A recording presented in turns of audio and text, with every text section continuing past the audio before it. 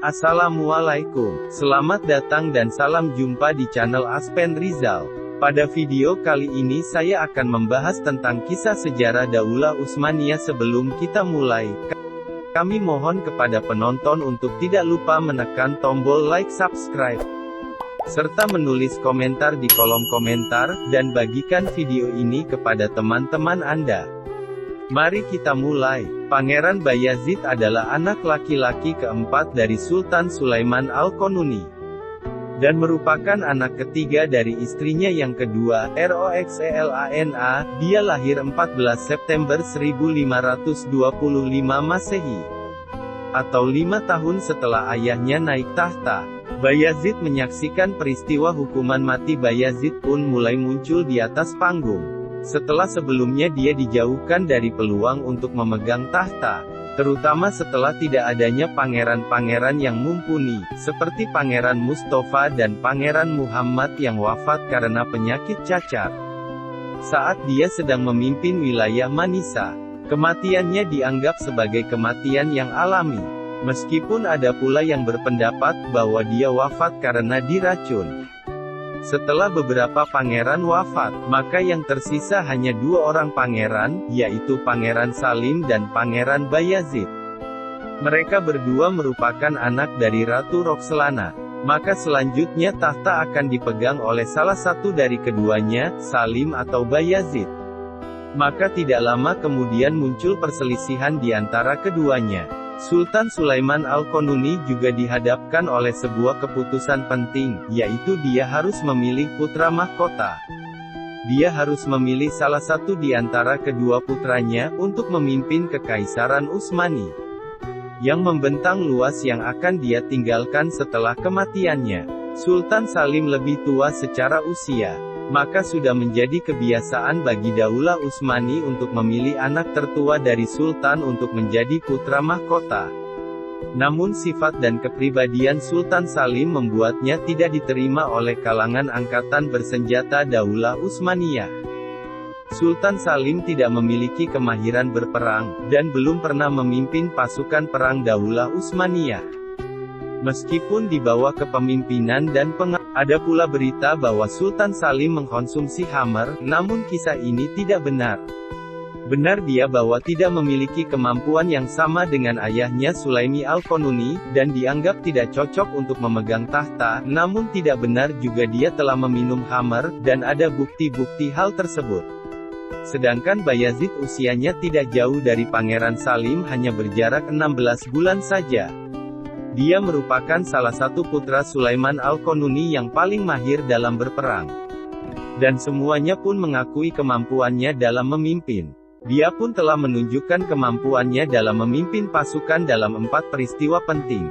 Hal ini membuatnya menjadi calon yang paling utama dan paling pantas untuk memegang tahta Kekaisaran Utsmani menggantikan ayahnya. Lalu muncullah keputusan dari Utsman Al-Qanuni yang menetapkan Pangeran Salim sebagai putra mahkota. Hal ini tentu saja berbenturan dengan pendapat banyak orang, termasuk Ratu Roxelana atau yang juga disebut sebagai Hurrem Sultan, yang merupakan ibunda dari keduanya. Dia berpendapat bahwa Bayazid lebih pantas untuk penerus Sulaiman. Maka setelah itu muncullah 2 kubu di dalam dunia politik Utsmaniyah. Kubu pertama yaitu Pangeran Bayazid dengan Sodrul Azom Rustum Basya. Sodrul Azom ialah jabatan tertinggi setelah Sultan di dalam Kekaisaran Utsmani. Rustum Basya berada di pihak Bayazid. Sedangkan kubu yang kedua ialah Pangeran Salim yang didukung oleh Wazir atau Menteri Muhammad Basya Al-Sokli. Muhammad Basya mendukung Pangeran Salim, karena dianggap lebih cocok untuk memimpin dan memenuhi ambisi politiknya untuk mengendalikan pemerintahan Daulah Utsmaniyah di masa depan. Kemudian wafatlah Ratu Roxelana pada tahun 1548 Masehi.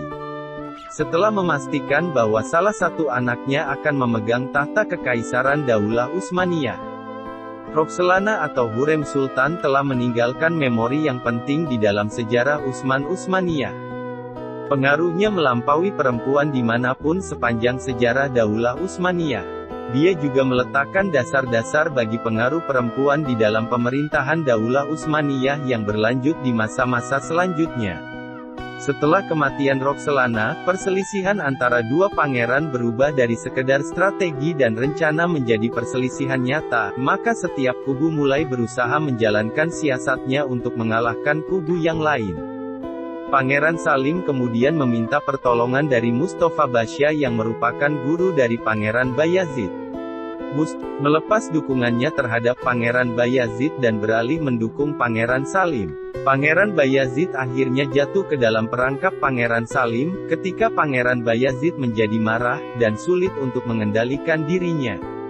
Dia pun menulis beberapa surat kepada Pangeran Salim, yang meragukan kemampuan Pangeran Salim untuk mengambil keputusan bagi Kekaisaran Utsmaniyah. Surat itu juga berisi serangan terhadap ayahnya Sultan Sulaiman. Hal ini membuat Sultan Sulaiman marah. Dia pun menyadari bahwa Sultan Bayazid berencana untuk merebut kekuasaan. Sultan Sulaiman pun mengasingkan Pangeran Bayazid. Hal ini membuat Pangeran Bayazid berpendapat bahwa Sultan Sulaiman memiliki rencana buruk bagi dirinya atau mungkin melakukan apa yang telah dilakukan kepada saudaranya Mustafa.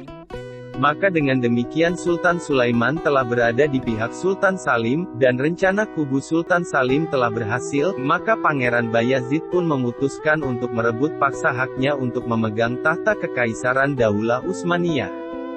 Dia pun mengumpulkan pasukannya, dan mengumumkan pemberontakannya terhadap pemerintahan ayahnya.